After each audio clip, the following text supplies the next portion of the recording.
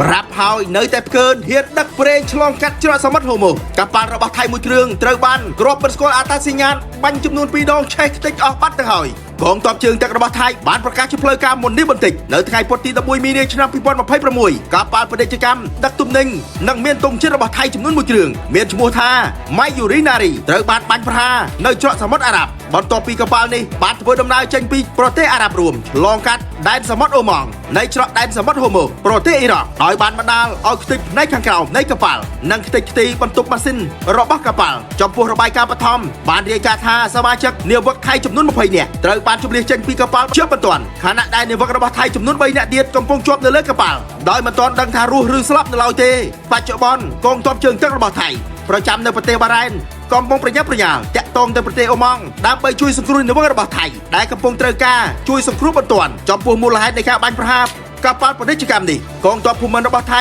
កំពុងស៊ើបអង្កេតយ៉ាងយកចិត្តទុកដាក់ដើម្បីកំណត់ថាតើនរណាជាអ្នកបាញ់រួចប្រទេសថៃនិងចាត់វិធានការភ្លាមស្របតាមផ្លូវច្បាប់អន្តរជាតិអ៊ីរ៉ង់ធ្លាប់ប្រមានហើយថា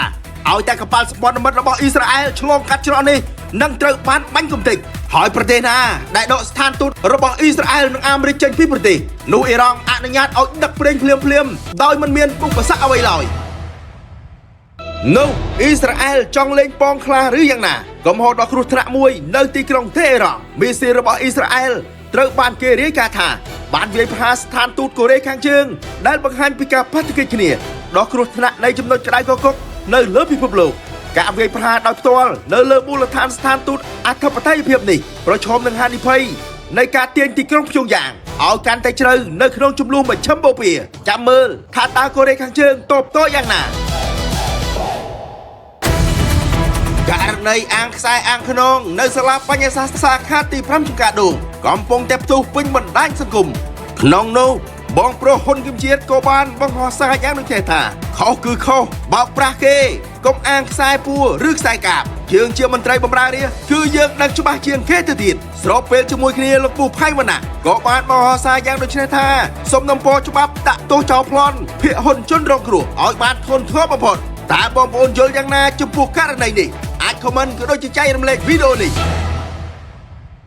រោងចក្រចម្រាញ់ប្រេងអ៊ូស្ម៉ាន់នឹងហ្គានៅហៃហ្វានៃប្រទេសអ៊ីស្រាអែលត្រូវបានវាយប្រហារដោយអ៊ីរ៉ង់បានប្រកាសថារោងចក្រចម្រាញ់ប្រេងនិងអ៊ូស្ម៉ាន់ហ្គានិងទីតាំងផ្ទុកប្រេងឥន្ធនៈជាច្រើនកន្លែងនៅហៃហ្វានៃប្រទេសអ៊ីស្រាអែលត្រូវបានវាយប្រហារដោយដ្រូនអត្តឃាតរបស់អ៊ីរ៉ង់និងត្រូវឆាបឆេះរងការខូចខាតអស់ជាច្រើនកន្លែង